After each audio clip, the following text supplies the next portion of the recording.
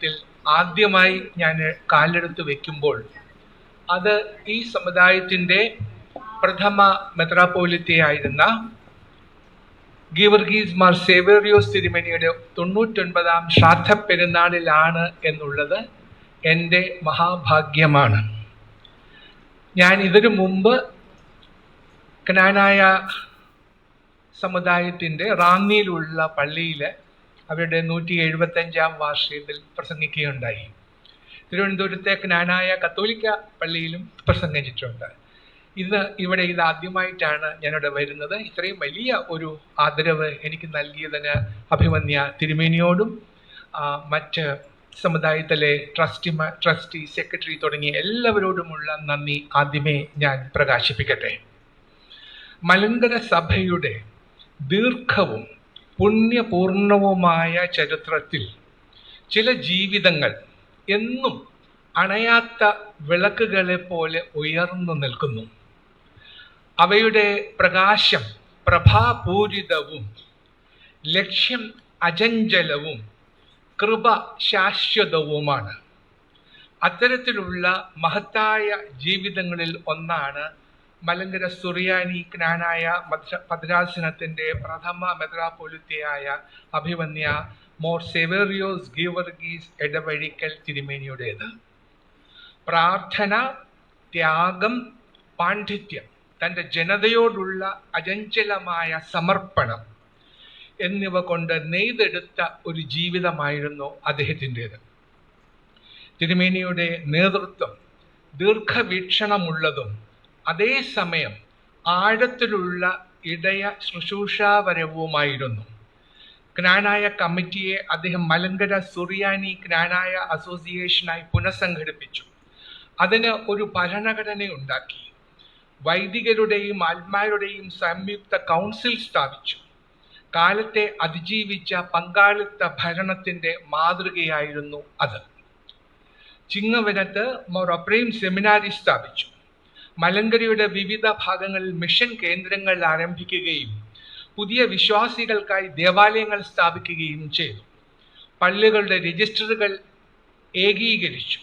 ഇടവകളെ സാമ്പത്തികമായി മെച്ചപ്പെടുത്താൻ, ശക്തിപ്പെടുത്താൻ ആണ്ടുവരി സമ്പ്രദായം നടപ്പിലാക്കി. വിദ്യാർത്ഥികളുടെ വിദ്യാഭ്യാസ പുരോഗതിക്കായി ക്നാനായ സ്റ്റുഡൻസ് ഫണ്ട് ആരംഭിച്ചു. അതിൻ്റെ പ്രവർത്തന ഫലങ്ങളാണ് നമ്മളിപ്പോൾ കണ്ടുകൊണ്ടിരിക്കുന്നത്. പിന്നീട് അത് മോർ സേവേറിയോസ് എഡ്യൂക്കേഷൻ ഫണ്ടായി വളർന്നു. ഇന്നും തലമുറകളെ ഉയർത്തിക്കൊണ്ടിരിക്കുന്ന, ജീവിക്കുന്ന പൈതൃകമായി അത് തുടരുന്നു. എന്നാൽ ഇതിലെല്ലാറ്റിനുമുപരി അദ്ദേഹം ഒരു സമാധാന ദൂതനായിരുന്നു. കുടുംബങ്ങളും ഇടവകളും സമൂഹങ്ങളും അദ്ദേഹത്തിൻ്റെ ഉപദേശം തേടിയെത്തി.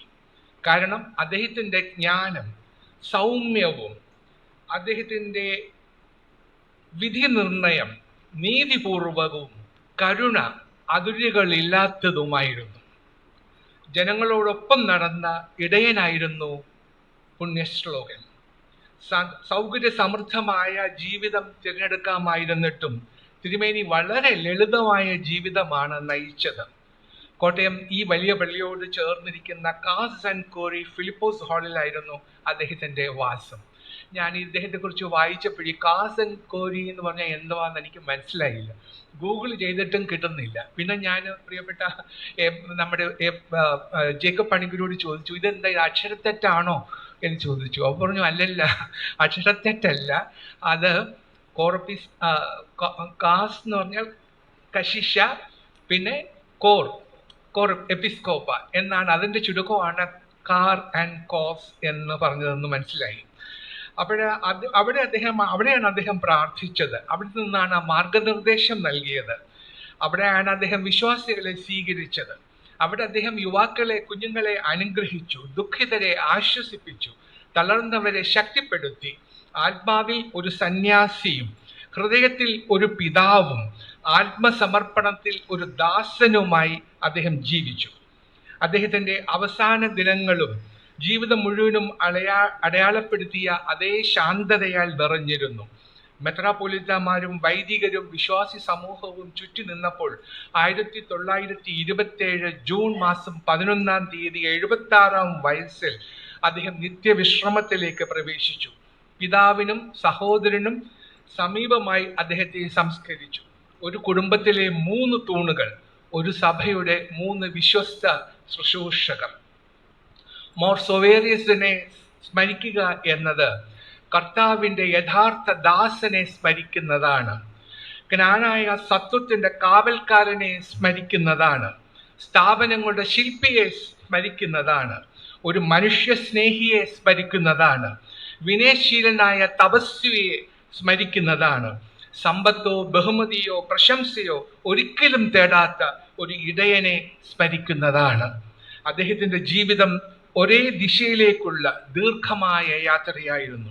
സ്ഥിരതയുള്ളതും പ്രകാശപൂർണവും വിശ്വസ്തവുമായ ഒരു യാത്ര. അതിനാൽ ഭൂമിയിലെ തൻ്റെ യാത്രയുടെ അവസാനം അദ്ദേഹത്തിന് ശാന്തമായ വിജയത്തോടെ ഇങ്ങനെ പറയാൻ കഴിഞ്ഞു: ഞാൻ നല്ല പോർ പൊരുതി, ഞാൻ ഓട്ടം തികച്ചു, വിശ്വാസം എന്നെ കാത്തുകൊണ്ടിരിക്കുന്നു. അദ്ദേഹം ആഗ്രഹിച്ചിരുന്ന നീതിയുടെ കിരീടം ഇന്ന് അദ്ദേഹത്തിൻ്റെതാണ്. അദ്ദേഹം പണിതുയർത്തിയ ഭദ്രാസനം അദ്ദേഹത്തിൻ്റെ സ്മാരകമായി ഇന്ന് നിലകൊള്ളുന്നു. അദ്ദേഹം സ്നേഹിച്ച ജനങ്ങൾ ഇന്നും അദ്ദേഹത്തിന് തെളിച്ച പ്രകാശത്തിൽ വഴി നടക്കുന്നു. ഈ പുണ്യാത്മാവിൻ്റെ ഉജ്ജ്വല സ്മരണകൾക്ക് മുമ്പിൽ ഞാൻ സാദരം പ്രണമിക്കട്ടെ. എൻ്റെ പ്രിയപ്പെട്ട കുഞ്ഞുങ്ങളെ, നിങ്ങളോട് സംസാരിക്കാൻ വേണ്ടിയിട്ടാണ് ഞാൻ ഇവിടെ വന്നത്.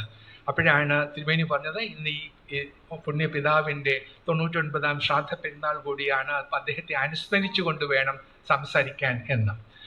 ഞാൻ എൻ്റെ മുമ്പിൽ ഇവിടെ കുറച്ച് കുട്ടികളെ ഞാൻ കാണുന്നുള്ളൂ. ബാക്കിയുള്ളവരൊക്കെ മറ്റു പല ദിശകളിലും ഇരിക്കുന്നുണ്ടാവും എന്ന് ഞാൻ സങ്കല്പിക്കുന്നു. എനിക്ക് നിങ്ങളോട് പറയാനുള്ളത് ഒരു കൊച്ചു കഥയാണ്. ആ കഥ എന്താണെന്നോ, ഒരിക്കലൊരു ബുദ്ധ സന്യാസി അദ്ദേഹത്തിൻ്റെ ശിഷ്യന്മാരുമോടൊത്ത് സംസാരിച്ചു കൊണ്ടിരിക്കുകയായിരുന്നു.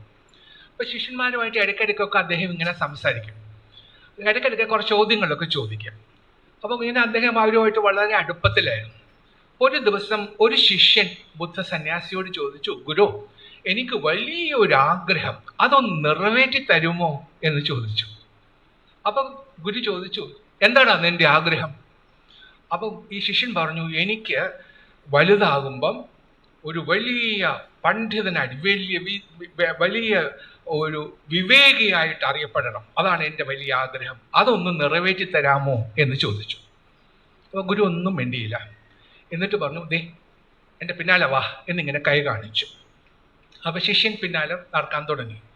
കുറേ ദൂരം നടന്നു. അപ്പോൾ ശിഷ്യൻ വിചാരിച്ചു, ഇത് എവിടെ കൊണ്ടുപോവുക, ഇവിടെ ഇരുന്നങ്ങ് ഉത്തരം പറഞ്ഞാൽ പോരെ. അതിൽ നടന്നപ്പോൾ ശിഷ്യൻ പുറകെ നടന്ന് കുറേ ദൂരം കഴിഞ്ഞപ്പോൾ ഒരു നദി. അപ്പോൾ ശിഷ്യൻ വിചാരിച്ചു, നദിയുടെ തീരത്തിരുന്ന് പറഞ്ഞു തരാനായിരിക്കും മൂപ്പരുടെ ഉദ്ദേശം എന്ന് കരുതി. പക്ഷെ ഗുരുവുണ്ട്, നദി വന്നപ്പോൾ നദിയിലോട്ട് അങ്ങ് ഇറങ്ങി. അപ്പോൾ ശിഷ്യനൊന്നും മടിച്ചു. അപ്പോൾ പറഞ്ഞു, ഇല്ല വാ എൻ്റെ പിന്നാലെ വാ എന്ന് പറഞ്ഞു. അപ്പോൾ പിന്നെയും ശിഷ്യൻ പിന്നാലെ പോയി. ആദ്യം മുട്ടറ്റം വെള്ളം, പിന്നെ അര വരെ വെള്ളം, കുറച്ച് കഴിഞ്ഞ് കഴുത്തറ്റം വെള്ളമായി. ഗുരു മുമ്പോട്ടൊക്കെ നടക്കുക. അപ്പോൾ ഇയാൾക്ക് പേടിയായി. ഇതെന്താ ഭാവം, ഇത് നദിയുടെ നടുക്ക് നിന്നാണോ എൻ്റെ ചോദ്യത്തിന് ഉത്തരം പറയാൻ പോകുന്നത്? അത് കഴിഞ്ഞ് മൂക്കറ്റം വെള്ളമായി. പിന്നെ ഒരു സ്റ്റെപ്പ് മുമ്പോട്ട് വെച്ചാൽ വെള്ളത്തിൽ മുങ്ങിയത് തന്നെ. പിന്നെ എന്ത് ചെയ്യും? അങ്ങനെ അയാൾ പേടിച്ച് വരണ്ട് നിന്നപ്പോൾ പെട്ടെന്ന് ഈ ഗുരു അങ്ങോട്ട് തിരിഞ്ഞിട്ട് ഈ ശിഷ്യൻ്റെ തോളിൽ പിടിച്ച് അവനെ വെള്ളത്തിൽ അങ്ങ് മുക്കി. 2 മിനിറ്റ് വെള്ളത്തിൽ മുക്കി പിടിച്ചുകൊണ്ടിരുന്നു. അവൻ കൈകാലിട്ടടിച്ചു. ശ്വാസം മുട്ടുന്നു, കാരണം ശ്വാസം വിടാൻ പറ്റുന്നില്ല, മരിച്ചു പോകും. അയാൾ കൈകാലിട്ടടിച്ചു എങ്ങനെയെങ്കിലും കുതറി മാറാൻ വേണ്ടി ശ്രമിച്ചു. പക്ഷെ ഗുരു വിട്ടില്ല. ഗുരു നല്ല ബലിഷ്ഠമായ കരങ്ങളുള്ള ആളായിരുന്നു. 2 മിനിറ്റ് അവനെ വെള്ളത്തിനടിയിൽ പിടിച്ചു വെച്ചിട്ട് ഏകദേശം ചാകുമെന്ന് ഉറപ്പായപ്പോൾ ഗുരു അയാളെ 2 കൈയും കൊണ്ട് പൊക്കി അങ്ങ് എടുത്തു. അപ്പോൾ അയാൾ തലയിട്ട് കടിച്ച് വെള്ളമൊക്കെ ഛർദ്ദിച്ചു. എന്നിട്ട് ചോദിച്ചു, എൻ്റെ ഗുരു, എന്തിനാണ് എന്നെ അങ്ങ് കൊല്ലാൻ ശ്രമിച്ചത്? അപ്പം ഗുരു പറഞ്ഞു, എടാ, നീ എന്നെ ഞാൻ വെള്ളത്തിൽ മുക്കി താഴ്ത്തിയപ്പോൾ നിന്റെ ആഗ്രഹം എന്തായിരുന്നു? അപ്പോൾ പറഞ്ഞു, എനിക്ക് ശകലം ശ്വാസം കിട്ടണമായിരുന്നു, അതായിരുന്നു എൻ്റെ ആഗ്രഹം. അപ്പോൾ പറഞ്ഞു, അപ്പം നിനക്ക് വിവേകിയാകണമെന്ന് ആഗ്രഹം അപ്പോൾ ഉണ്ടായില്ല അല്ലേ? അപ്പോൾ പറഞ്ഞു, ഇല്ല ഗുരു, എനിക്ക് ശകലം ശ്വാസം വേണമെന്ന് മാത്രമേ ആഗ്രഹം ഉണ്ടായിരുന്നുള്ളൂ. അപ്പോൾ ഗുരു പറഞ്ഞു, എടാ, എന്നാണോ നിനക്ക് എനിക്ക് വിവേകിയായേ തീരൂ എന്ന തീവ്രമായ ആഗ്രഹം ഉണ്ടാകുന്നത്, അന്നേ നീ വിവേകിയാവുകയുള്ളൂ എന്ന് പറഞ്ഞു. ഇതാണ് ഗുരു പറഞ്ഞു കൊടുത്തത്. എന്താ ഇതിൻ്റെ അർത്ഥം? നമുക്കൊക്കെ വലിയ വലിയ ആഗ്രഹങ്ങളുണ്ട്. കളക്ടർ ആവണം, SP ആകണം, അല്ലെങ്കിൽ അംബാസഡർ ആവണം, അല്ലെങ്കിൽ വലിയ ബിസിനസ്മാൻ ആവണം, അവിടെ ഇരിക്കുന്ന നിങ്ങളുടെ തമ്പിച്ചായനെ പോലെ വലിയ ഹോട്ടലൊക്കെ ഉടമയാവണം. ഇങ്ങനെയൊക്കെ വലിയ വലിയ ആഗ്രഹങ്ങളുണ്ടാവും. പക്ഷെ ഈ ആഗ്രഹങ്ങളൊക്കെ ഉണ്ടായാൽ മാത്രം പോരാ. ഇടയ്ക്കിടയ്ക്ക് വിചാരിക്കുമ്പോൾ ഒരു IAS ആയ കൊള്ളാമുണ്ട്, പക്ഷേ ശ്രമിച്ചു നോക്കാം, കിട്ടുന്നെങ്കിൽ കിട്ടട്ടെ, അല്ലെങ്കിൽ വേണ്ട. ഇങ്ങനെ വിചാരിച്ചാൽ അത് കിട്ടത്തില്ല. അപ്പൊ നമുക്ക് ഒരു ആഗ്രഹമുണ്ടെങ്കിൽ അത് തീവ്രമായ ആഗ്രഹമായിരിക്കണം. സ്വാമി വിവേകാനന്ദൻ പറഞ്ഞിട്ടുണ്ട്, നമ്മളൊരു കാര്യം നമുക്ക് വിജയിക്കണമെന്ന ആഗ്രഹമുണ്ടെങ്കിൽ നമ്മൾ അതിനെക്കുറിച്ച് തന്നെ ചിന്തിച്ചുകൊണ്ടേയിരിക്കണം. രാവിലെ എഴുന്നേൽക്കുമ്പോൾ, ഭക്ഷണം കഴിക്കുമ്പോൾ, കളിക്കുമ്പോൾ, പഠിക്കുമ്പോൾ, വൈകുന്നേരം വന്ന് ഉലാത്തുമ്പോൾ എപ്പോഴും അത് തന്നെ ആയിരിക്കണം ചിന്ത. അങ്ങനെ ചിന്തിക്കുമ്പോഴാണ് വിജയം നമ്മളെ മാടി വിളിക്കുന്നത്. അപ്പോൾ വിജയത്തിനുള്ള ഏറ്റവും പ്രധാനപ്പെട്ട ഒന്നാമത്തെ ആവശ്യം എന്ന് പറയുന്നത് have a great desire. Desire, DESI, desire എന്ന് പറഞ്ഞൊരു കാറുണ്ട്, അതല്ല, ഡിസയർ, DESIRE, ഡിസയർ. ഓക്കെ, അപ്പൊ ഒരു ഹാവ് എ ഗ്രേറ്റ് ഡിസയർ, അതിൽ നമ്മൾ മലയാളത്തിൽ പറയും ഉത്കടമായ ആഗ്രഹം, അതിതീവ്രമായ ആഗ്രഹം. അതിതീവ്രമായ ഒരു ആഗ്രഹം ഉണ്ടെങ്കിൽ ഈ പ്രകൃതിയിലുള്ള എല്ലാം കൂടെ തന്നെ നമ്മളെ ആ വിജയത്തിലേക്ക് കൊണ്ടെത്തിക്കുമെന്ന് ആൽക്കമിസ്റ്റ് എന്ന നോവലില് പൗലോ കൊയ്ലോ പറഞ്ഞിട്ടുണ്ട്. അത് വളരെ സത്യമാണ്. നമുക്ക് എന്തെങ്കിലും ഒരു ആഗ്രഹം ഉണ്ടെങ്കിൽ, ഡോക്ടർ ആവണം, എഞ്ചിനീയർ ആവണം, സയന്റിസ്റ്റ് ആവണം, IAS ആവണം, അല്ല ഒരിക്കലും ബിഷപ്പ് ആകണം, ഇങ്ങനെയൊക്കെ ആഗ്രഹം ഉണ്ടെങ്കിൽ ആ ആഗ്രഹം നമ്മുടെ മനസ്സിൽ ചുമ്മാതെ കിട്ടണ പോരാ, തീവ്രമായി ആഗ്രഹം ഉണ്ടാവണം. അപ്പൊ വിജയത്തിന്റെ ഒന്നാമത്തെ സ്റ്റെപ്പ് എന്ന് പറയുന്നത് ഡിസയർ ആണ്. Okay, remember, desire. ഇനി രണ്ടാമത്തെ ആവശ്യം എന്താ? രണ്ടാമത്തെ ആവശ്യം എന്ന് പറയുന്നത് ഇത് നടപ്പിലാക്കണം എന്നൊരു ഒരു ദൃഢനിശ്ചയം വേണം, ഒരു വാശി വേണം, അല്ലെ, ഡിറ്റർമിനേഷൻ വേണം, അല്ലെ, അതാണ് രണ്ടാമത്തെ ആവശ്യം. അപ്പൊ ഇത് എനിക്ക് കിട്ടിയേ പറ്റൂ എന്നൊരു ഡിറ്റർമിനേഷൻ ഉണ്ടാവണം. ആദ്യത്തേത് എന്താ? ഡിസയർ. രണ്ടാമത്തേത് എന്താ? ഡിറ്റർമിനേഷൻ. ഇനി മൂന്നാമത്, എനിക്ക് നല്ല ആഗ്രഹമുണ്ട്, ഡിറ്റർമിനേഷനും ഉണ്ട് എന്ന് മാത്രം പറഞ്ഞാൽ മതിയാവുമോ? ഈ ഡിറ്റർമിനേഷൻ എങ്ങനെയാണ് നടപ്പിലാക്കുന്നത് എന്നതിനെ കുറിച്ച് നമുക്കൊരു പ്ലാൻ വേണം, ഒരു ഡിസിപ്ലിൻ വേണം. എന്ന് വെച്ചാൽ നമ്മളെ അധ്യാപകർ നമ്മളോട് പറയില്ലേ, രാവിലെ എഴുന്നേൽക്കണം, പഠിക്കണം, പിന്നെ വൈകുന്നേരം പഠിക്കണം, എല്ലാ വർക്കുകൾ അതാത് ദിവസത്തെ കാര്യങ്ങളൊക്കെ പഠിക്കണം എന്നൊക്കെ നമ്മളോട് പറയാറുണ്ട്. അപ്പൊ നിങ്ങൾ കുറേയൊക്കെ കേൾക്കും, കുറേയൊന്നും കേൾക്കത്തില്ല. അപ്പൊ ഇതൊക്കെ ചെയ്യണമെങ്കിൽ ഒരു ഡിസിപ്ലിൻ വേണം. ഇപ്പൊ രാവിലെ എഴുന്നേൽക്കണം, എഴുന്നേറ്റ് പ്രഭാത കൃത്യങ്ങൾ കഴിഞ്ഞാൽ ഒരു 1/2 മണിക്കൂർ പ്രാർത്ഥിക്കണം. അത് കഴിഞ്ഞാൽ പിന്നെ പഠിക്കാൻ തുടങ്ങണം. പിന്നെ പേപ്പറൊക്കെ വായിക്കണം. പേപ്പർ വരുന്ന സമയത്ത് ഒരു 1/2 മണിക്കൂർ അതിനു വേണ്ടി മാറ്റി വയ്ക്കണം. പിന്നെ സ്കൂളിൽ പോകണം, ക്ലാസ്സുകൾ അറ്റൻഡ് ചെയ്യണം, വൈകുന്നേരം വരണം, കളിക്കണം, ഡാൻസ് ചെയ്യണം, തയ്യലുണ്ടെങ്കിൽ തയ്യൽ നടത്തണം, പിന്നെ ഗാർഡനിങ്ങിൽ ഇഷ്ടമാണെങ്കിൽ അത് ചെയ്യണം. പിന്നെ അത് കഴിഞ്ഞ് രാത്രിയിൽ വീണ്ടും സന്ധ്യാ നമസ്കാരം നടത്തണം. പിന്നെ വീണ്ടും പഠിക്കണം. ഇതിനെല്ലാം കൃത്യമായ സമയം അങ്ങനെ നമ്മൾ കറക്റ്റായിട്ട് ചെയ്തു വെക്കണം. ഇങ്ങനെ വലിയ മാനേജ്മെന്റ് വിദഗ്ധന്മാർ പറയും ടൈം മാനേജ്മെന്റ് എന്നൊക്കെ പറഞ്ഞ് നമ്മളെ പേടിപ്പിക്കും. അങ്ങനെയൊന്നുമില്ല, പേടിക്കേണ്ട കാര്യമൊന്നുമില്ല. നമ്മൾ തന്നെ സ്വയം തീരുമാനിക്കണം. ആ അപ്പനും അമ്മയും പറയുന്നതല്ല പ്രധാനം, നിങ്ങൾ തീരുമാനിക്കണം. എനിക്ക് രാവിലെ 4 മണിക്ക് എഴുന്നേൽക്കാൻ പറ്റും, ഇല്ല എനിക്ക് 5-നേ പറ്റുള്ളൂ, അല്ല എനിക്ക് 6 മണിക്കേ എണ്ണിക്കാൻ പറ്റുള്ളൂ, എനിക്ക് 9 മണിക്ക് കിടന്ന് ഉറങ്ങണം, അല്ലല്ല എനിക്ക് 10 മണി വരെ പഠിക്കാം. അങ്ങനെയൊക്കെ ഓരോരുത്തരുടെയും ശരീര പ്രകൃതി അനുസരിച്ച്, അവരുടെ രീതികൾ അനുസരിച്ച്, വീട്ടിലെ കുടുംബത്തിലെ രീതികൾ അനുസരിച്ചൊക്കെയാണ് ചെയ്യുന്നത്. എൻ്റെ വീട്ടിൽ ഞങ്ങൾ രാവിലെ എഴുന്നേൽക്കും. എൻ്റെ അമ്മ ടീച്ചറായിരുന്നു, അതുകൊണ്ട് ഞങ്ങൾ എല്ലാവരും രാവിലെ ആകുമ്പോൾ 4 മണിയാകുമ്പോഴേ അവിടെ വിളി തുടങ്ങും, എഴുന്നേക്കടാ എന്നും പറഞ്ഞു. അതെല്ലാം എഴുന്നേറ്റ് ഞാൻ ഈ പറഞ്ഞതെല്ലാം ഞാൻ അന്ന് മുതൽ പഠിച്ചിരുന്ന കാലം മുതൽ ഇന്ന് വരെ ചെയ്യുന്നുണ്ട്. ഇതിപ്പോൾ ഞാൻ ഇവിടെ വരാൻ വേണ്ടിയിട്ട് ഞാൻ 3 മണിക്ക് എഴുന്നേറ്റു. 3 മണിക്ക് എഴുന്നേറ്റ് റെഡിയായി, കാരണം എനിക്ക് 5 മണിക്ക് റെയിൽവേ സ്റ്റേഷനിൽ പോകണം, മഴയുണ്ട്. അപ്പൊ അതൊന്നും ഒരു തടസ്സമല്ല. അപ്പൊ അതൊന്നും തടസ്സം, കാരണം ഇവിടെ എത്തിയേ പറ്റുള്ളൂ. നമുക്ക് 8 മണിക്ക് കുർബാന ആരംഭിക്കും. അപ്പൊ എനിക്ക് 7:30 എത്തണമെന്ന ഉദ്ദേശത്തിൽ ആണ് ഞാൻ തിരിച്ചത്. അപ്പൊ എല്ലാ കാര്യങ്ങളും നമുക്ക് ഇങ്ങനെ പ്ലാൻ ചെയ്യാൻ പറ്റും. സമയം അതിനു വേണ്ടി മാറ്റി വെക്കണം. ഇതിന്റെ അർത്ഥം എല്ലാ ദിവസവും ഇരുന്നങ്ങ് പഠിക്കണം എന്നല്ല. സിനിമ കാണണം, കളികൾ കാണാൻ പോകണം, ക്രിക്കറ്റിൽ ഇഷ്ടമാണെങ്കിൽ അത് കാണണം. അടുത്ത 4-5 ദിവസം കഴിയുമ്പോൾ വേൾഡ് കപ്പ് ഫുട്ബോൾ വരാൻ പോവുകയാണ്. ലോകത്തിലെ ഒളിമ്പിക്സിനേക്കാളും വലിയ കായിക മാമാങ്കമാണ്. ലോകം മുഴുവനും അടുത്ത ഇനി ഒരു 1-1.5 മാസക്കാലത്തേക്ക് ഇനി ടെലിവിഷന്റെ മുമ്പിലായിരിക്കും. കാരണം അവിടെ ഈ പ്രിയപ്പെട്ട ടീമുകൾ കളിക്കുന്നു, വേൾഡ് കപ്പിന് വേണ്ടിയിട്ട് കളിക്കുന്നു. ഒളിമ്പിക്സിനേക്കാളും വലിയ കായിക മാമാങ്കമാണ് വേൾഡ് കപ്പ് ഫുട്ബോൾ. അതൊക്കെ കാണണം, കാണാതിരിക്കരുത്. അപ്പൊ ഇങ്ങനെ എല്ലാത്തിനും നമ്മൾ സമയം കണ്ടെത്തണം. എനിക്കൊന്നിനും സമയമില്ല, എനിക്ക് പഠിക്കണം എന്ന് ആഗ്രഹമുണ്ട്, പക്ഷെ ടൈം ഇല്ല എന്നൊക്കെ പറയുന്നതൊക്കെ ശുദ്ധ അസംബന്ധമാണ്. അങ്ങനെയല്ല, അതിനെല്ലാം സമയം കണ്ടെത്താൻ നമുക്ക് കഴിയണം. അപ്പൊ ഞാൻ പറഞ്ഞത് എന്താ? ആദ്യം വേണ്ടത് എന്താ? ഡിസയർ. രണ്ടാമത് വേണ്ടത് എന്താ? ഡിറ്റർമിനേഷൻ. ഇനിയും മൂന്നാമത് വേണ്ടത് എന്താ? ഡിസിപ്ലിൻ. ഓക്കെ, ഇതിനെയും വേണ്ടി ഒരെണ്ണം കൂടി ഉണ്ട്. എന്താണെന്നറിയാമോ? ഞാൻ നിങ്ങളുടെ അടുത്ത് പറയാം, ഞാൻ ഈ ചീഫ് സെക്രട്ടറി ആയിരുന്നാണെന്നൊക്കെ പറഞ്ഞ് ഇവിടെ എല്ലാവരും എന്നെ നിങ്ങളെ പേടിപ്പിച്ചു. ഞാൻ അതിനൊക്കെ മുമ്പ് ഞാൻ ഡൽഹിയിൽ സ്പോർട്സ് അതോറിറ്റി ഓഫ് ഇന്ത്യയുടെ ഡയറക്ടർ ജനറലായിരുന്നു. എന്ന് വെച്ചാൽ സ്പോർട്സ് അതോറിറ്റി ഓഫ് ഇന്ത്യ എന്ന് പറഞ്ഞാൽ സ്പോർട്സ് രംഗത്ത് ഇന്ത്യയിലെ ഏറ്റവും വലിയ സ്ഥാപനമാണ്. അവിടെയാണ് നമ്മുടെ എല്ലാ അത്ലീറ്റ്സിനെയൊക്കെ പരിശീലിപ്പിക്കുന്നത്. അപ്പോൾ അവിടെ അവർക്ക് ഒരുപാട് training institute, Patiala NIS Patiala എന്നൊക്കെ കേട്ടിട്ടുണ്ടോ? ഡൽഹിയിൽ, നമ്മൾ ഇന്ത്യയിലെ എല്ലാ സംസ്ഥാനങ്ങളിലും തലസ്ഥാന നഗരികളിൽ വലിയ വലിയ ട്രെയിനിങ് ഇൻസ്റ്റിറ്റ്യൂട്ടുകളൊക്കെ ഉണ്ട്. അപ്പം ഞങ്ങൾക്ക് ഡൽഹിയിൽ ഒരുപാട് ട്രെയിനിങ് പിന്നെ കായിക പരിശീലനം കൊടുക്കാനുള്ള സ്ഥലങ്ങളുണ്ട്, അക്കാഡമികളുണ്ട്, സ്റ്റേഡിയത്തിലൊക്കെ വലിയ പരിശീലനം കൊടുക്കും. അപ്പം ഞങ്ങളുടെ നിയമം അനുസരിച്ച് എല്ലാവരും രാവിലെ 5 മണിക്ക് ട്രെയിനിങ് ആരംഭിക്കും. അപ്പം 5 മണിക്ക് ട്രെയിനിങ് ആരംഭിക്കണമെങ്കിൽ ഈ ട്രെയിനിങ്ങിന് വരേണ്ട കുട്ടികൾ എത്ര മണിക്ക് എഴുന്നേൽക്കണം? 4 മണിക്കെങ്കിലും എഴുന്നേൽക്കണ്ടേ, അല്ലേ? 4 മണിക്ക് എഴുന്നേറ്റ് റെഡിയായി അവർക്ക് ഏത് കളിയിലാണോ കളിക്കുന്നത് അതിന് വേണ്ട കുപ്പായവും സ്പോർട്സ് കിറ്റൊക്കെ ഇട്ട് റെഡിയായിട്ട് 5 മണിയാകുമ്പോൾ സ്റ്റേഡിയത്തിൽ വന്നിരിക്കണം. ശരിയല്ലേ? അപ്പൊ അവർ വരുന്ന മാത്രം മതിയോ? അവരുടെ കോച്ചസും വരണ്ടേ? അപ്പൊ കോച്ചസും അതുപോലെ വരണം. ഇതാണ് നമ്മുടെ സങ്കല്പം.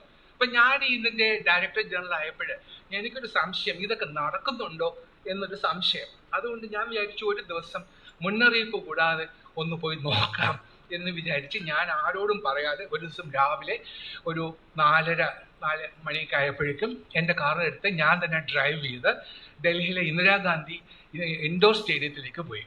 അവിടെയാണ് ഞങ്ങളുടെ ഇൻഡോർ കോർട്സ് ഒക്കെ എല്ലാം ഉള്ളത് അവിടെയാണ്. അപ്പോൾ അതൊക്കെ ഒന്ന് പരിശീലനം നടക്കുന്നുണ്ടോ എന്ന് നോക്കാൻ വേണ്ടി പോയതാണ്. അവിടെ ചെന്നു ഞാനൊരു സമയമൊക്കെ നോക്കി, ഒരു 5 മണിക്ക് 5 മിനിറ്റ് ഉള്ളപ്പം ഞാൻ അവിടെ എത്തി. ആരും എന്നെ തിരിച്ചറിഞ്ഞില്ല, കാരണം ഞാൻ പുതിയ ആളാണ്, ആർക്കും അറിയില്ല, പുതിയ TG ആണെന്നൊക്കെ ആരും അറിഞ്ഞിട്ടില്ല. ആരോ വന്നു, ഏതോ ഒരു മലയാളി തെക്കൻ ഒരുത്തൻ വന്നിട്ടുണ്ടെന്നൊക്കെ പറയുന്നതല്ലാതെ എന്നെ ആരും അറിയില്ലായിരുന്നു. അപ്പോൾ ഞാൻ അവിടെ ചെന്ന് നോക്കി, ബാഡ്മിൻ്റൺ കോർട്ടിൽ ചെന്നപ്പോൾ ഒരു മനുഷ്യനില്ല. നോക്കി 5 മണി, ഒരാളെ കാണാനില്ല. അത് കഴിഞ്ഞ് അടുത്ത പിന്നെ വോളിബോൾ കോർട്ട് അവിടെ ചെന്നപ്പോഴും അവിടെയും തഥൈവ, ആരുമില്ല.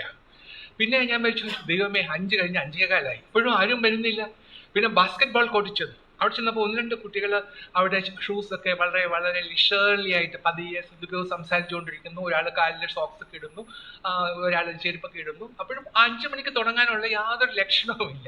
അപ്പം ഞാൻ വിചാരിച്ചത്, ഇതാണോ ഇന്ത്യയുടെ ഏറ്റവും വലിയ ട്രെയിനിങ് ഇൻസ്റ്റിറ്റ്യൂട്ടിൽ നടക്കുന്നത്? ഇങ്ങനെയാണോ? ചുമ്മാതല്ല ഒളിമ്പിക്സിൽ ഒരു മെഡൽ പോലും കിട്ടാത്തത് എന്നൊക്കെ ഇങ്ങനെ മനസ്സിൽ വിചാരിച്ചു.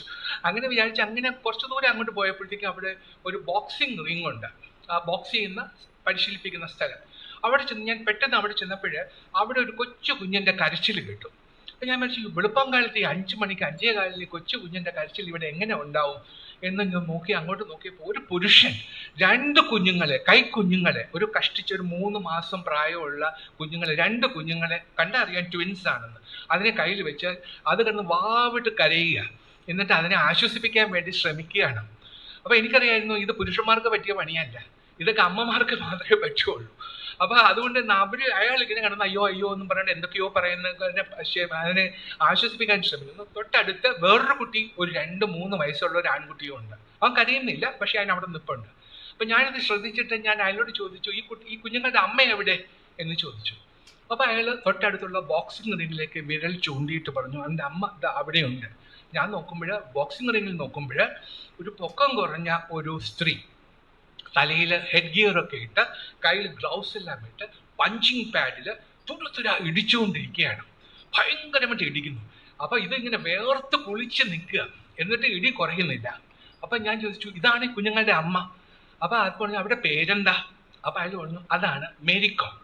മേരികോം എന്ന് പറഞ്ഞാൽ ഇന്ത്യ കണ്ട ഏറ്റവും വലിയ വനിതാ ബോക്സർ പരിശീലനത്തിൽ വരികയാണ്. 5 മണിക്ക് വന്ന്, കൃത്യം 5 മണിക്ക് വന്ന് ബോക്സിംഗിൽ ഇരിക്കുന്നു. 2 കൊച്ചു കുഞ്ഞുങ്ങൾ കിടന്ന്, മുലപൊടി മാറാത്ത കുഞ്ഞുങ്ങൾ കിടന്ന് വാവിട്ട് നിലവിളിക്കുമ്പോഴും അവർ അതിന് മൈൻഡ് ചെയ്യുന്നില്ല.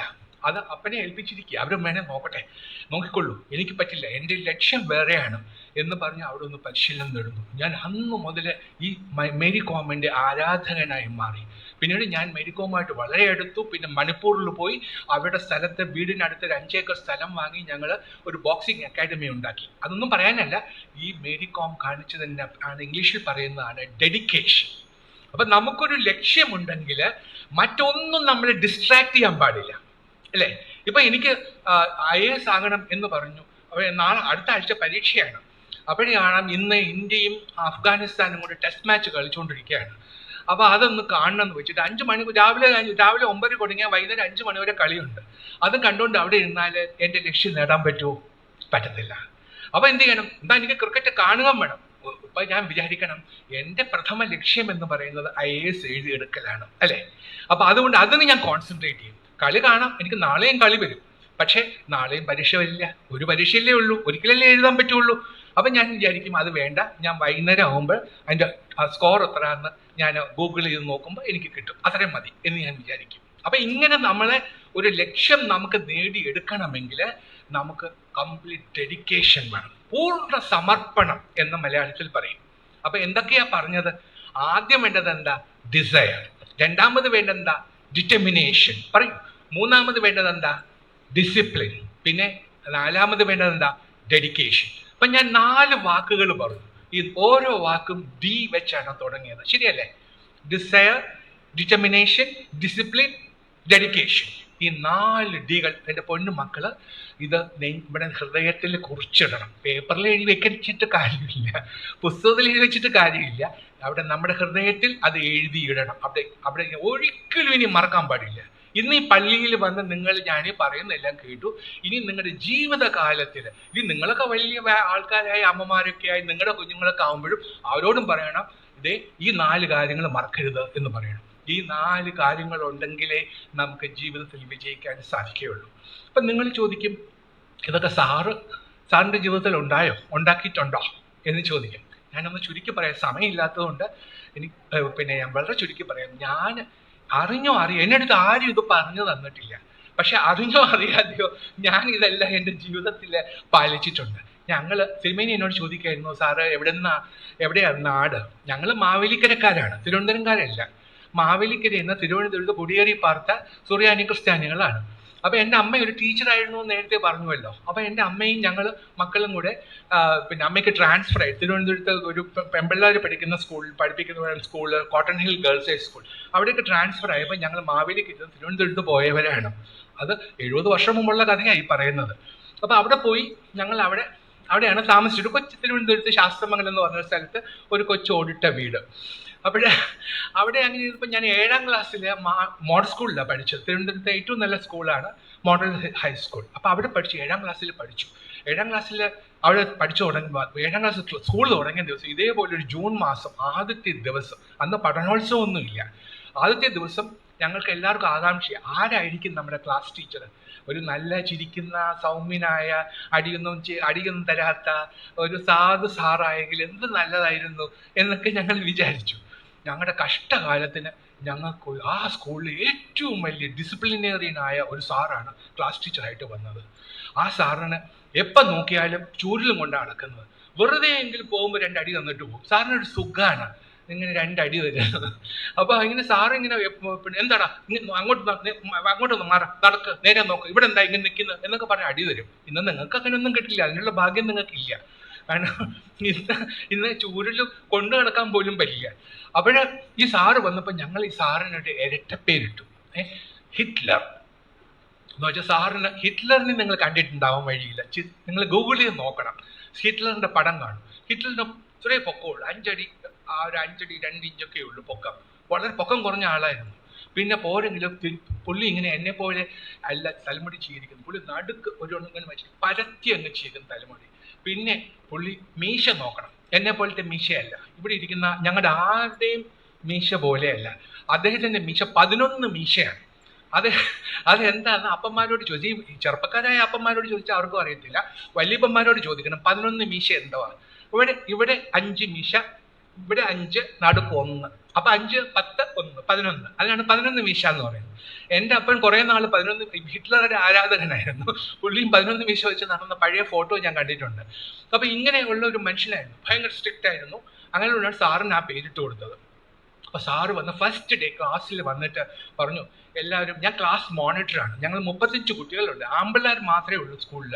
സാറ് പറഞ്ഞു എല്ലാവരും എഴുന്നേറ്റിട്ട് അവൻ്റെ പേര് പറയണം, അവൻ്റെ ഭാവിയിൽ ആരാകാൻ ആഗ്രഹിക്കുന്നു എന്ന് പറയണം എന്ന് പറഞ്ഞു. അപ്പോൾ ഓരോരുത്തർ എഴുന്നേറ്റ്, ഞാൻ പരമേശ്വരൻ, എനിക്ക് ഡോക്ടർ ആവണം. ഞാൻ അശോക്, എനിക്ക് എഞ്ചിനീയർ ആവണം. ഞാൻ തോമസ് ഊട്ടി, എനിക്ക് ഡോക്ടർ ആവണം. ഞാൻ അഹമ്മദ്, എനിക്ക് എഞ്ചിനീയർ ആവണം. ഡോക്ടർ, എഞ്ചിനീയർ, ഡോക്ടർ, ഇതല്ലാതെ ഒന്നും കേൾക്കാനില്ല. 35 പേരിൽ 34 പേർക്കും ഒന്നുകിൽ ഡോക്ടർ ആവണം അല്ലെങ്കിൽ എഞ്ചിനീയർ ആവണം. ഇതെല്ലാം കഴിഞ്ഞിട്ട് അവസാനം ഞാനിങ്ങനെ സൈഡിൽ ഇവിടെ നിൽക്കുകയായിരുന്നു. സാറ് എന്നെ നോക്കിയിട്ട് പറഞ്ഞു, എടാ നിന്റെ പ്ലാൻ എന്താന്ന് ചോദിച്ചു. അപ്പൊ ഞാൻ മനസ്സിൽ സാറിനെ ഒന്ന് മണിയടിക്കാമെന്ന് വിചാരിച്ചിട്ട് ഞാൻ വിചാരിച്ചു, സാറേ എനിക്കൊരു നല്ല അധ്യാപകനാകണം എന്ന് പറഞ്ഞു. അപ്പൊ സാറിന് സന്തോഷമാവുമല്ലോ, സാർ അധ്യാപകനല്ലേ, പിന്നെ പോരെങ്കിൽ ഞാൻ ഒരു അധ്യാപികയുടെ മകനുമാണ്. ഞാൻ പറഞ്ഞു. അപ്പോഴ് സാർ എൻ്റെ മുഖത്തോട്ട് നോക്കിയിട്ട് അങ്ങനെ അടി മുതൽ മുടി വരെ നോക്കിയിട്ട് പറഞ്ഞു, എടാ നിനക്ക് ചുണയുണ്ടെങ്കിൽ നീ ഒരു IAS ആകണം എന്ന് പറഞ്ഞു. ഞാനിത് ഈ IAS ആദ്യമായിട്ട് കേൾക്കുന്നത്, ഇത് എന്ത് കുന്താണ്, എനിക്കൊരു പിടിയില്ല, ചോദിക്കാനൊരു ധൈര്യമില്ല. ചോദിച്ചാൽ ചിലപ്പോൾ സാറ് അടിച്ചാലോ, നാണക്കേടല്ലേ, മോണിറ്ററെ അടിക്കും എന്നൊക്കെ പറഞ്ഞാൽ മിണ്ടിയില്ല. വീട്ടിൽ വന്നിട്ട് എൻ്റെ മൂത്ത സഹോദരൻ അച്ചായൻ, ബാബു എന്നാ പേര്, അപ്പോൾ എല്ലാവരും നമ്മളെ വിളിക്കുന്ന പോലെ ബാബുച്ചായൻ, അച്ചായൻ ചേർത്താ വിളിക്കുക. ഞാൻ പറഞ്ഞു, ബാബുച്ചായ ഈ IAS എന്നൊക്കെ പറഞ്ഞാൽ എന്താവാന്ന് ചോദിച്ചു. അപ്പൊ പുള്ളി പറഞ്ഞു, പൊന്നുമോനിപ്പോ IAS ആവാനാണ് പ്ലാന്, ആ കഞ്ഞിയൊക്കെ വാങ്ങി വെച്ചിരും മോനെ എന്ന് പറഞ്ഞു. ഞാൻ പറഞ്ഞു, അതെന്താ? എടാ ആ കഞ്ഞി ഇവിടെ വേവത്തില്ല. ഞാൻ പറഞ്ഞു, അതെന്താ? എടാ നിനക്ക് അതിനെ കുറിച്ച് വല്ല വിവരമുണ്ടോ? ഞാൻ പറഞ്ഞു, ഇല്ല, അതുകൊണ്ടല്ലേ ചോദിച്ചത്. അപ്പോൾ നീ കണ്ടിട്ടില്ലേ ഒരു വെള്ള അംബാസിഡർ കാറിൽ ഒരു ചുമന്ന ലൈറ്റൊക്കെ വെച്ച ഒരു കാറ്, അതിനകത്ത് ഒരാളിങ്ങനെ ഒരു സഫാരി സൂട്ടൊക്കെ ഇട്ട് ഒരുത്തൻ പുറയിൽ ഇങ്ങനെ ചാടി ഇരുന്ന് പോകുന്നു, മുമ്പിൽ ഒരു പോലീസുകാരിരുന്നു, ഒരു കാറ് പോകുന്നു, കണ്ടിട്ടുണ്ടോ? ഞാൻ പറഞ്ഞു, കണ്ടിട്ടുണ്ട്. അതിന്റെ പുറകിൽ എഴുതിയിരിക്കുന്നത് എന്താണെന്ന് ശ്രദ്ധിച്ചിട്ടുണ്ടോ? ഒരു ചുമന്ന ബോർഡില്. അപ്പൊ ഞാൻ പറഞ്ഞു, എന്തോ കളക്ടർ എന്നോ എന്തോ എഴുതിയിരിക്കുന്നത്. അപ്പൊ പറഞ്ഞു, അറിയോ, അതാണ് IAS. അപ്പൊ ഞാൻ പറഞ്ഞു, അയാളുടെ പണി എന്നാ, ഈ പൈസയൊക്കെ കളക്ട് ചെയ്യുന്ന? അപ്പൊ പറഞ്ഞു, അല്ലല്ല, അയാള് ജില്ലയുടെ അധിപനാണ്, ജില്ലയുടെ തലവനാണ്, ജില്ലയിൽ നടക്കുന്ന എല്ലാ കാര്യങ്ങളും അദ്ദേഹത്തിന് അറിയണം. അദ്ദേഹമാണ് തീരുമാനിക്കുക എവിടെ ഡെവലപ്മെന്റ്, വികസനം എവിടെ ഉണ്ടാക്കണം എന്നൊക്കെ തീരുമാനിക്കുന്ന ആളാണ് കളക്ടർ. പിന്നെ പോരെങ്കിൽ കളക്ടർക്ക് വലിയ അധികാരമുണ്ട്. തോന്നിയാസം കാണിച്ച് നടക്കുന്നതിന് ഗൂണ്ടകൾ അവനെയൊക്കെ പിടിച്ച് ജയിലിൽ ഇടാനുള്ള അധികാരവും ഉണ്ടെന്ന് പറഞ്ഞു. അത് കേട്ടപ്പോൾ എനിക്ക് ഭയങ്കര സന്തോഷമായി. കാരണം എൻ്റെ ക്ലാസ്സിൽ 2-3 ജയിലിൽ പിടിച്ചിട്ടുണ്ടെന്ന് എനിക്ക് അന്നേ ആഗ്രഹം ഉണ്ടായിരുന്നു. വലുതാവുമ്പോഴെങ്കിലും അത് ചെയ്യാമല്ലോ എന്നിങ്ങനെ ഞാൻ വിചാരിച്ചു. അപ്പം ഞാൻ, അത് കൊള്ളാമല്ലോ, നല്ല പണിയാണല്ലോ. അപ്പം പറഞ്ഞു, എടാ അതത്ര എളുപ്പമുള്ള പണിയല്ല, നീ പൊന്നു മോനെ, നീ വല്ല KSRTCയിലെ കണ്ടക്ടർ ആവാനോ ബാങ്കിലെ ക്ലർക്ക് ആവാനോ ഒക്കെ നോക്കിയാൽ മതി, നടക്കില്ലടാ എന്ന് പറഞ്ഞു. ഞാൻ പറഞ്ഞു, അതെന്താ ബാബുച്ചി അങ്ങനെ പറയുന്നത്? അപ്പം നമ്മൾ ഈ ബൈബിളും മനോരമ പത്രവും അല്ലാതെ വേറെ വല്ലതും വായിക്കുന്നുണ്ടോ? നമ്മൾ ഈ സുറിയാനി ക്രിസ്ത്യാനികൾക്കുള്ള ഒരു പ്രത്യേക സ്വഭാവമാണ്. നമ്മുടെയൊക്കെ വീട്ടിൽ നമ്മൾ ഈ ബൈബിളും മനോരമ പത്രവും തലയിണ കീഴി വെച്ച് കിടന്ന് ഉറങ്ങും. എന്ന് വെച്ചാൽ നമ്മൾ ബൈബിളിൽ പറയുന്ന എല്ലാം സത്യമാണെന്ന് നമ്മൾ വിശ്വസിക്കുന്നു. ഇനി ബൈബിളിൽ എന്തെങ്കിലും പറയാത്തതുണ്ടെങ്കിൽ മനോരമ പത്രത്തിൽ എന്തോ പറഞ്ഞിരിക്കുന്നത് നോക്കിയിട്ട് നമ്മൾ തീരുമാനിക്കും. ഇപ്പം പിണറായി വിജയന് വോട്ട് കൊടുക്കണമോ PD സതീശന് വോട്ട് കൊടുക്കണമോ എന്ന് ബൈബിളിൽ പറഞ്ഞിട്ടില്ല, കർത്താവ് മറന്നുപോയി. അപ്പം നമ്മൾ എന്ത് ചെയ്യും? നമ്മൾ അത് പേപ്പറിൽ മനോരമ പത്രം നോക്കി തീരുമാനിക്കും. അപ്പം ഇങ്ങനത്തെ ഒരു കുടുംബമായിരുന്നു ഞങ്ങളുടേത്. പിന്നെ പോരെങ്കിൽ ഞങ്ങളുടേത് ഞാൻ പറഞ്ഞില്ലേ, ഞങ്ങളൊരു സാധാരണ കുടുംബമായിരുന്നു, ഒരു ചെറിയ വീട്.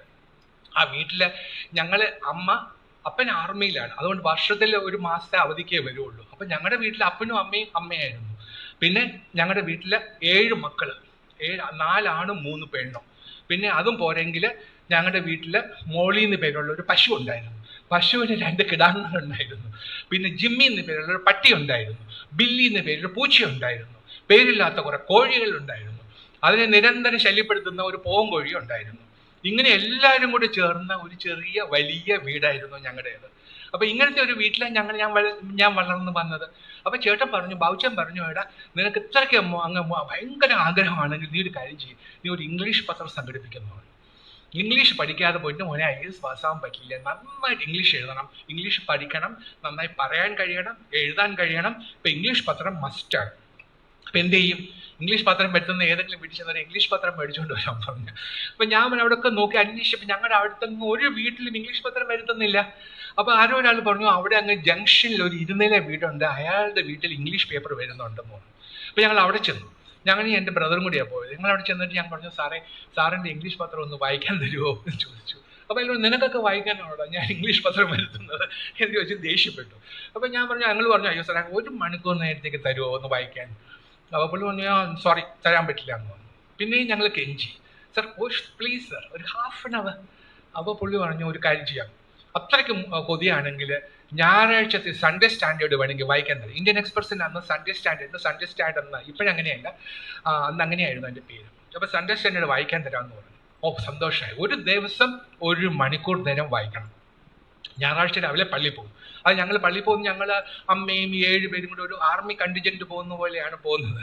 അപ്പോൾ ഞങ്ങളെല്ലാം കൂടെ പള്ളിയിൽ പോയി. രാവിലെ 6 മണിക്ക് പ്രാരംഭ പ്രാർത്ഥന, അത് കഴിഞ്ഞിട്ട് 7 മണിക്ക് കുർബാന, 8 മണിക്ക് തീരി, 8 മണിക്ക് അച്ഛൻ അവിടെ നിങ്ങൾ സമാധാനത്താലേ പോകുവീൻ എന്ന് പറഞ്ഞ ഉടൻ ഞങ്ങൾ അവിടെ നിന്ന് ഓടും. പിന്നെ നിൽക്കത്തില്ല, ഒന്നും പ്ലാൻ ഇല്ല. അവിടെ ചെന്ന് വേഗം എവിടെയാണെന്ന് വെച്ചാൽ കുരിശുമുടി കൊണ്ട് പൈസ ഇട്ടിട്ട് അവിടെ നിന്ന് ഓടും. കാരണം പേപ്പർ വായിക്കണം. ഓടിച്ചെന്ന് അപ്പം അമ്മ പറയും, എടാ ബ്രേക്ക്ഫാസ്റ്റ് വല്ലതും കഴിച്ചിട്ട് വേണ്ട, പേപ്പർ 1 മണിക്കൂർ കൊണ്ട് വായിക്കണം. പേപ്പർ കൊണ്ടുവന്നു വായിച്ചു. ഞാനാണെങ്കിൽ ഏറ്റവും പിന്നിൽ പേപ്പറിൽ അന്ന് സൺഡേ സ്റ്റാൻഡേർഡിൻ്റെ അവസാനത്തെ പേജിൽ മുഴുവനും കളർ പേജ് ആയിരുന്നു. അതിനകത്ത് Mandrake the magician, phantom, bringing A father, പിന്നെ ഡെനിസ് ദ മെനസ് എന്നൊക്കെ പറഞ്ഞ കാർട്ടൂൺസ് ഉണ്ട്. അതൊക്കെയാണ് ഞാൻ നോക്കുന്നത്. പിന്നെ സ്പോർട്സ് പേജ്. ചേട്ടനാണെങ്കിൽ ഫസ്റ്റ് പേജ് തന്നെ വായിക്കാൻ തുടങ്ങും. എന്നിട്ട് പറഞ്ഞു, നീ കാർട്ടൂണൊന്നും വായിച്ചാലൊന്നും നന്നാവില്ല, നീ ആദ്യം ഇതൊക്കെ വാങ്ങണം, എഡിറ്റോറിയൽ പേജ് വായിക്കണം, ഈ എഡിറ്റോറിയൽ വായിക്കണം, അതിനകത്ത് തോട്ട് ഫോർ ദ ഡേ ഒക്കെ ഉണ്ട്, അതൊക്കെ എഴുതി വെക്കണം എന്നൊക്കെ പറഞ്ഞു. അപ്പോൾ ഇതിനൊക്കെ എഴുതാനായിട്ട് എവിടെ എഴുതി വെക്കുക? അപ്പോൾ ഒരു ഡയറി സംഘടിപ്പിക്കാൻ പറഞ്ഞു. ഇപ്പോൾ ഡയറി ഒന്നുമില്ല. അപ്പോൾ പഴയ 8 വരെ നോട്ട്ബുക്കിലെ കുറേ പേജൊക്കെ വലിച്ചു കയറി. കാരണം നമുക്കറിയാമല്ലോ 5ാം ക്ലാസ്സിലും 4ാം ക്ലാസ്സിലും ഒക്കെ നമ്മൾ 8 വരെ 4 ലൈനിലൊക്കെ നിങ്ങൾ ഇപ്പോഴും എഴുതിക്കുന്നില്ല മോനെ, ഉണ്ട് അല്ലേ? അപ്പോൾ ആദ്യത്തെ ഒരു ഫസ്റ്റ് ടേമിൽ മാത്രമേ സാർമാർ അതൊക്കെ നോക്കത്തുള്ളൂ. പിന്നെ അവർക്ക് സമയം കിട്ടത്തില്ല. അതുകൊണ്ട് നമുക്ക് പിന്നെ ആരും നോക്കത്തില്ല. പിന്നെ കണ്ട ഉടനെ തന്നെ ഇങ്ങനെ ഒപ്പിട്ടിട്ട് ഇങ്ങനെ ഷൂന്നൊരു വര വരച്ചിട്ട് ഇങ്ങനെ തരും. അപ്പോൾ അതിനകത്ത് ഒരുപാട് പേജസ് ഉണ്ട് ബാക്കി.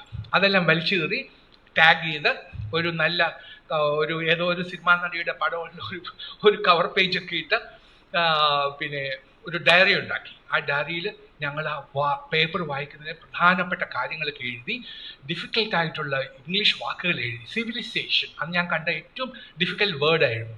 എങ്ങനെയാണ് ഉച്ചരിക്കുക, എന്തൊരു വല്ലാത്തൊരു വാക്ക്, ഇതിൻ്റെ സ്പെല്ലിംഗ് ഒക്കെ പഠിക്കുക ഭയങ്കര പ്രയാസമായിരുന്നു. പിന്നെ ആൻഷ്യൻ്റ് എന്നാണോ പറയേണ്ടത് അതോ ഏൻഷ്യൻ്റ് എന്നാണോ അറിയില്ല, എഴുതി വെച്ചു. പിന്നെ നല്ല കൊട്ടേഷൻസ് ഇപ്പോഴും ഞാൻ ഓർക്കുന്നുണ്ട്. ഞാൻ എഴുതിയ ഒരു കൊട്ടേഷൻ പേപ്പറിൽ വന്ന തോട്ട് ഫോർ ദ ഡേ ആണ്. Literature is my utopia, Thomas More എന്ന് കണ്ടു. ഉടനെ എഴുതി വെച്ചു. എന്താ ഇതിൻ്റെ അർത്ഥം? ലിറ്ററേച്ചർ ഈസ് മൈ ഉട്ടോപ്പിയ എന്ന വാക്ക് ഞാൻ കേട്ടിട്ടില്ല. എഴുതി വെച്ചു. ഉട്ടോപ്പിയ എന്താ? പിറ്റേ ദിവസം സ്കൂളിൽ ചെന്നിട്ട് മാഷിനോട് ചോദിച്ചു, സാറേ ഈ ഉട്ടോപ്പിയ എന്ന് പറഞ്ഞാൽ എന്താ? അപ്പോൾ സാറ് പറഞ്ഞാടാ, ഉട്ടോപ്പിയ എന്ന് പറഞ്ഞാൽ നമ്മൾ ചെല്ലാൻ ആഗ്രഹിക്കുന്ന ഒരു സ്ഥലം, പക്ഷെ അവിടെ എത്തത്തില്ല. അതാണ് ഉട്ടോപ്യൻ ഐഡിയയാണ്. ഇപ്പൊ റെയിൽ എന്ന് പറഞ്ഞ ഇവിടെ കഴിഞ്ഞ ഗവൺമെന്റ് കാലത്ത് ഒരുപാട് ബഹളം ഉണ്ടാക്കി. റെയിൽ വേണം. അപ്പൊ എല്ലാവരും പറഞ്ഞു അതൊരു ഉട്ടോപ്യൻ ഐഡിയയാണ് എന്ന് പറഞ്ഞു. അവരെന്തോ ഉട്ടോപ്പിയ എന്നുള്ളത് ചിലപ്പോൾ ഓർത്തിട്ടുണ്ടാവില്ല. പക്ഷെ എല്ലാവരും പറഞ്ഞു ഉട്ടോപ്യനാണ്, കാരണം നല്ല ഐഡിയയാണ്, പക്ഷെ നടപ്പിലാക്കാൻ പറ്റില്ല. അപ്പൊ ലിറ്ററേച്ചർ, സാഹിത്യം എന്ന് പറയുന്നത് എനിക്കൊരു ബാലികറ മലയാണ് എന്നാണ് വലിയ സാഹിത്യകാരനായ തോമസ് മൂർ പറഞ്ഞത്. അപ്പൊ അദ്ദേഹം എന്ത് വിനയസമ്പന്നനായിരിക്കണം, വലിയ സാഹിത്യകാരനാണ്. എന്നിട്ടും അദ്ദേഹം പറയുന്നു സാഹിത്യം എനിക്ക് പിന്നെ ബാലികറാം മലയാണെന്ന അർത്ഥത്തിൽ എനിക്കത് അത് ഉട്ടോപ്പിയാണ് എന്ന് പറയുന്നു. ഇങ്ങനെയൊക്കെ എഴുതി. പിന്നെ ചേട്ടൻ പറഞ്ഞു, സ്കൂളിൽ ചെല്ലുമ്പോൾ നീ ഇങ്ങനെ പഠിച്ചാൽ മാത്രം പോരാ, എല്ലാ സ്പോർട്സിൽ വേണം, ആർട്സിൽ ചേരണം, എല്ലാത്തിനകത്തും പങ്കെടുക്കണം, ക്വിസ് കോമ്പറ്റീഷൻ, പ്രസംഗം, റെസിറ്റേഷൻ, എല്ലാത്തിലും പേര് കൊടുത്തു. ഒന്നും അറിയില്ലായിരുന്നു, കളിക്കാൻ അറിയില്ലായിരുന്നു, എന്നാലും ഫുട്ബോൾ ടീമിൽ പേര് കൊടുത്തു. അവിടെ ചെന്നപ്പോൾ പിള്ളേർ നല്ല കിണ്ടി കളിക്കുന്നു, ചവിട്ടൊക്കെ തരും. അതുകൊണ്ട് എനിക്കത് പറ്റില്ലായിരുന്നു. അതുകൊണ്ട് ഞാൻ പറഞ്ഞു ഞാൻ ഗോൾ കീപ്പറായിട്ട് നോളാന്ന് പറഞ്ഞു. കാരണം പന്തടിക്കും, ഗോളിൻ്റെ അടുത്ത് വരുമ്പോൾ ഞാൻ പതുക്കെ സൈഡിലോട്ട് മാറിക്കൊടുത്താൽ ഗോൾ അങ്ങ് ക്ലീൻ ആയിട്ട് അങ്ങ് അകത്ത് കയറും. അപ്പം നമുക്ക് ശരീരത്തിനൊന്നും ഒരു പരിക്ക് വരികയില്ല. അങ്ങനെ ഗോൾ കീപ്പറായിട്ട് കുറച്ച് നാൾ. പിന്നെ ക്രിക്കറ്റ് ചെറുതായിട്ട് ടിക്കറ്റ് എറിയുന്നവരോട് പറയും എനിക്ക് നല്ല ലോളിപോപ്പ് പോലത്തെ പന്തിട്ട് തരണം എന്ന് പറയും. അപ്പോൾ അവർ നല്ല പഴം പന്തെന്നൊക്കെ നമ്മൾ പറയില്ലേ മലയാളത്തിൽ, അങ്ങനെയൊക്കെ ഇട്ടിട്ട് അപ്പോൾ അതിനകത്ത് 2 അടിയൊക്കെ അടിക്കും, 4-5 റണ്ണൊക്കെ കിട്ടും. അങ്ങനെയൊക്കെ കളിയൊക്കെ പഠിച്ചു. പിന്നെ പ്രസംഗ മത്സരം, ഉപന്യാസം, റെസിറ്റേഷൻ, പിന്നെ മോണോ ആക്ട് തുടങ്ങിയ എല്ലാ ചവറ് പരിപാടികൾക്കും ഞാൻ പേര് കൊടുത്തു. ഞാനിപ്പോഴും ഓർക്കുന്നു, ഞാനും നമ്മുടെ ഇപ്പോഴത്തെ സിനിമാ നടൻ മണിയമ്പിള്ള രാജുവും കൂടെ, അന്ന് മണിയമ്പിള്ളയല്ല, അയാളുടെ ശരിക്കുള്ള പേര് സുധീർ കുമാർ എന്നാണ്. ഞങ്ങൾ രണ്ടുപേരും കൂടി വില്ലടിച്ചാൻ പാട്ടിന് പേര് ഇപ്പോഴും. ഇത് എന്ത് വില്ലടിച്ചാൻ പാട്ട് കേട്ടിട്ട് പോലുമില്ല. എന്തോ ഒരു വില്ലിൽ ഇങ്ങനെ അടിച്ചാണ് പാടുന്നതെന്ന് മാത്രം അറിയാം. അതുകൊണ്ട് ഞങ്ങളുടെ മുളയെല്ലാം വളച്ച് ഒരു വില്ലൊക്കെ കെട്ടി ഒരു ഡ്രസ്സ് ഒരു കയ്യിലേക്ക് കൊടുത്ത് ഒരു ചെറിയ തോർത്തൊക്കെ എടുത്ത് തലയിലൊക്കെ കെട്ടി സ്കൂളിൽ കട്ടടം കൊണ്ട് മാറ്റി എഴുതിക്കും വില്ലടിച്ചാൻ പാട്ട് ജിജി തോംസണും സംഘവും അവതരിപ്പിക്കുന്നു എന്ന് പറഞ്ഞതും ഞങ്ങൾ കട്ടൻ മാറിയതും ഒറ്റയടി. ആ ഒറ്റയടിയിൽ വില്ലി രണ്ടായിട്ട് പൊട്ടിപ്പോയി. ആളുകളെല്ലാം ഒന്ന് കൂവി. പക്ഷെ ഭയങ്കര തൊലിക്കട്ടിയായിരുന്നു. ആ കൂവിയാലെന്ത്, ഞങ്ങൾ ചെയ്ത് പാടുക തന്നെ ചെയ്യും. വേറെ ആരും കോമ്പറ്റീഷൻ ഉണ്ടായിരുന്നില്ല, അതുകൊണ്ട് പ്രോത്സാഹന സമ്മാനം കിട്ടി. അങ്ങനെ കോമ്പറ്റീഷനൊക്കെ പോയി തുടങ്ങി. അങ്ങനെ വന്നപ്പോൾ എൻ്റെ അമ്മ പറഞ്ഞു, എടാ ഞങ്ങളുടെ സ്കൂളിൽ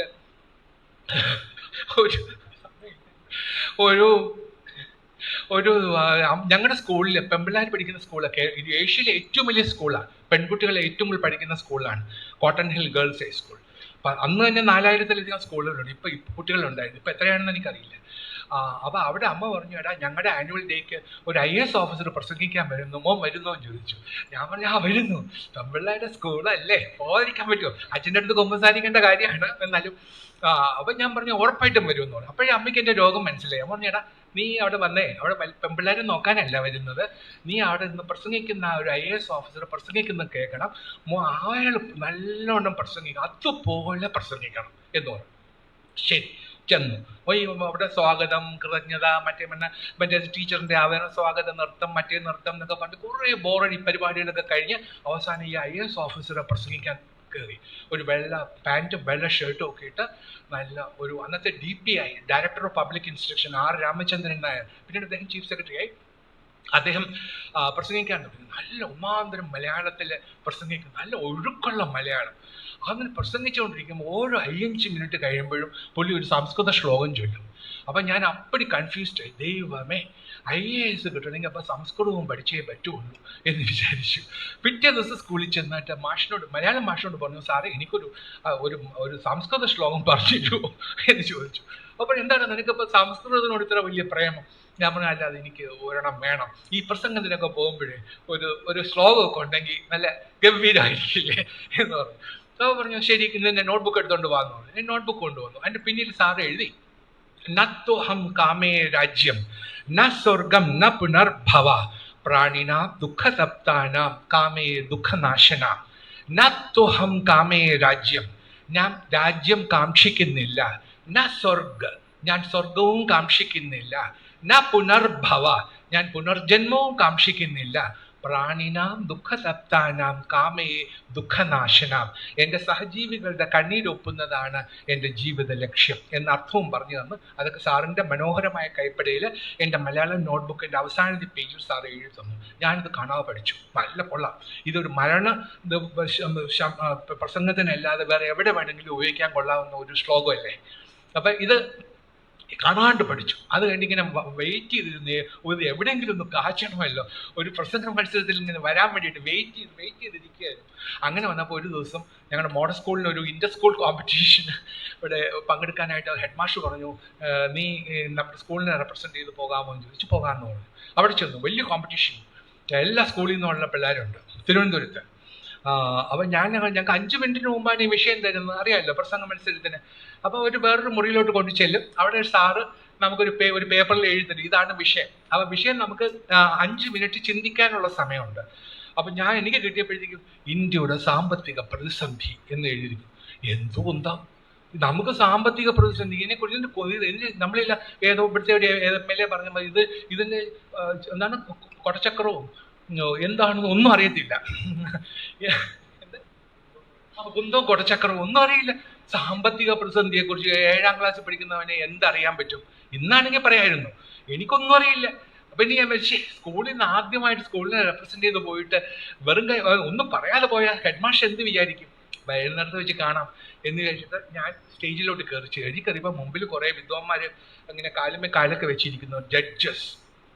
ഞാനൊരു ഉടുപ്പുമില്ലാതെ അങ്ങോട്ട് മയക്കി ഇങ്ങനെ പിടിച്ചിട്ട് പറഞ്ഞു, നത്തോഹം കാമേ രാജ്യം ന സ്വർഗം ന പുനർഭവ പ്രാണിന ദുഃഖതപ്താന കാമേ ദുഃഖനാശന എന്ന് റെഡിയും അടിച്ചു. പിന്നെ ബാക്കിയൊന്നും പറയാനില്ല. അവരും ഞെട്ടിപ്പോയി, ഇത് ചെക്കനൊരു സാധനമാണ്, ഒരു സംഭവമാണ് കേട്ടോ എന്ന് വിചാരിച്ചു. ഞാൻ ഇറങ്ങി അങ്ങ് പോയി. അത് കഴിഞ്ഞ് ഞാൻ വിചാരിച്ചു ഒരു സമ്മാനവും കിട്ടില്ല, പോയത് തന്നെ എന്ന് വിചാരിച്ച് എന്നിട്ട് അവസാനം ഇതിന്റെ ജഡ്ജസ് ആൻഡ് അതിന്റെ ഒരു റിവ്യൂ നടത്തും. ആ മുഖ്യ വിധികർത്താവ് സ്റ്റേജിലോട്ട് വന്നിട്ട് പറഞ്ഞു, കോമ്പറ്റീഷനൊക്കെ ഗംഭീരമായിരുന്നു, ഞങ്ങൾ ഇതിനകത്ത് ഏറ്റവും ഞങ്ങൾക്ക് ഇഷ്ടപ്പെട്ടത് ആ മോഡൽ സ്കൂളിൽ നിന്ന് വന്നുള്ള ആ പയ്യൻ ഒരു പ്രസംഗം നടത്തി. എന്തൊരു കോൺഫിഡൻസോട് കൂടിയാണ് അവൻ പ്രസംഗിച്ചത്, എന്തൊരു ഉച്ചാരണമായിരുന്നു. അവർക്ക് മനസ്സിലായില്ല.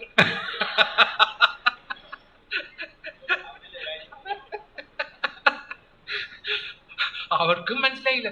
അവർ വെച്ചത് എന്തോ വലിയ കാര്യമാണെന്ന് പറഞ്ഞിട്ട് എനിക്ക് സമ്മാനം തന്നു. അന്ന് എനിക്ക് മനസ്സിലായി, ഈ ഏത് വിഷയത്തെക്കുറിച്ചും പ്രസംഗിക്കാം, കോൺഫിഡൻസ് മാത്രം വേണം. മനസ്സിലായില്ലേ? ഒന്നും അറിയണ്ട. ഇപ്പൊ തിരുമേനി വിചാരിക്കുന്നത് ഈ പിന്നെ ആത്മീയ കാര്യങ്ങളെ കുറിച്ച് ഈ തിരുമേനിക്കും അച്ഛന്മാർക്കും മാത്രമേ, ചുമ്മാ തന്നെ നമുക്കും പറയാം. പക്ഷെ ഒരു കോൺഫിഡൻസ് വേണം. പറയുമ്പോഴേ ഇത് ഞാൻ സെമിനാരിൽ പഠിച്ച ഒരു കഥയാണ് ഞാനിപ്പോൾ നിങ്ങളോട് പറയാൻ പോകുന്നത് എന്നൊക്കെ പറഞ്ഞിട്ട്, ഞാനെവിടെ സെമിനാരിൽ പോയത്, ആരാണ്ട് ചെക്ക് ചെയ്യാൻ പോകുന്നു ഞാൻ സെമിനാരിൽ പഠിച്ചോ ഇല്ലയെന്ന്. പക്ഷെ പറയുമ്പോൾ അത് നല്ല കോൺഫിഡൻ്റ് ആയിട്ട് പറയണം. കോൺഫിഡൻസ് വേണമെന്ന ഒരു പാഠം ഞാൻ അന്ന് പഠിച്ചു. പിന്നെ കോമ്പറ്റീഷനൊക്കെ ഒരുപാട് പങ്കെടുത്ത് സമ്മാനമൊക്കെ കിട്ടി. 71 ആലപ്പുഴ ലിയോത്തട്ടി സ്കൂളിൽ നടന്ന സംസ്ഥാന സ്കൂൾ യുവജനോത്സവത്തിൽ പ്രസംഗത്തിനും പദ്യപാരായണത്തിനും 1ാം സമ്മാനം കിട്ടി. അന്ന് കലാതിലകം പരിപാടിയൊന്നും ഉണ്ടായിരുന്നില്ല. തിരുവനന്തപുരത്തിന് അത് കിട്ടി. കോളേജിൽ പോയി. പിന്നെ ഇപ്പം ചേട്ടൻ പറഞ്ഞു, എടാ പുസ്തകമൊക്കെ വായിക്കണം, ലൈബ്രറിയിൽ പോകണം. അപ്പോൾ രാവിലെ ലൈബ്രറിയിലൊക്കെ പോയി പുസ്തകങ്ങളൊക്കെ വായിക്കാൻ തുടങ്ങി. ലൈബ്രറിയിൽ വലിയ ഇഷ്ടമായിരുന്നു. എല്ലാ ദിവസവും രാവിലെ വരുന്നു, വൈകുന്നേരം വരുന്നു. അപ്പോൾ അയാൾ തന്നെ പറയും, ഈ പുസ്തകം എടുത്ത് വായിക്കുക, ആ പുസ്തകം വായിക്കുക എന്നൊക്കെ പറഞ്ഞ് നല്ല പുസ്തകങ്ങളൊക്കെ എടുത്തു തന്നു. നല്ലോണം വായിച്ചു തുടങ്ങി, കാര്യങ്ങളൊക്കെ പഠിച്ചു. BA ആയപ്പോഴത്തേക്കും ഞാൻ തീരുമാനിച്ചു, MA പരീക്ഷ എഴുതുന്ന വർഷം IAS പരീക്ഷ ഞാൻ എഴുതിയിരിക്കും എന്ന് തീരുമാനിച്ചു. 1979 ഞാൻ MA എക്കണോമിക്സ് പരീക്ഷ എഴുതി. ഫസ്റ്റ് റാങ്ക് വാങ്ങണമെന്ന് വാശിയിലായിരുന്നു. കാരണം എന്തെങ്കിലും കാരണവശാൽ IAS കിട്ടിയില്ലെങ്കിൽ ഒരു കോളേജ് അധ്യാപകനായിട്ടെങ്കിലും പോകണമല്ലോ എന്ന് വിചാരിച്ച് ഒരു പ്ലാൻ B ഞാൻ അന്നേ തയ്യാറാക്കിയിരുന്നു. 79 പരീക്ഷ എഴുതി, 79 തന്നെ IAS എഴുതി. 80 റിസൾട്ട് വന്നു. റിസൾട്ട് വന്നപ്പോൾ കേരളത്തിൽ നിന്ന് ഒരാൾക്ക് മാത്രമേ IAS കിട്ടിയുള്ളൂ, അത് ഞാനായിരുന്നു. അപ്പൊ എന്താ ഞാനിത് പറഞ്ഞെന്ന് മനസ്സിലായോ? ഡിസയർ ഉണ്ടായിരുന്നു എനിക്ക്, അതിതീവ്രമായ ഡിസയർ വേണമെന്ന് ഞാൻ ആദ്യമേ പറഞ്ഞില്ലേ, അതുണ്ടായി. പിന്നെ ഡിറ്റർമിനേഷൻ ഉണ്ടായിരുന്നു, ഇത് കിട്ടി അടങ്ങും എന്ന് ഉണ്ടായിരുന്നു. നല്ല ഡിസിപ്ലിൻ ഉണ്ടായിരുന്നു. എല്ലാ കാര്യങ്ങളും അതും ഇതൊക്കെ പോയെങ്കിലും ലക്ഷ്യമില്ല, ഡെഡിക്കേഷൻ ഉണ്ടായിരുന്നു. ഇത് കിട്ടിയേ തീരൂ, അത് ബാക്കിയെല്ലാം പിന്നെ എന്നുള്ള ഈ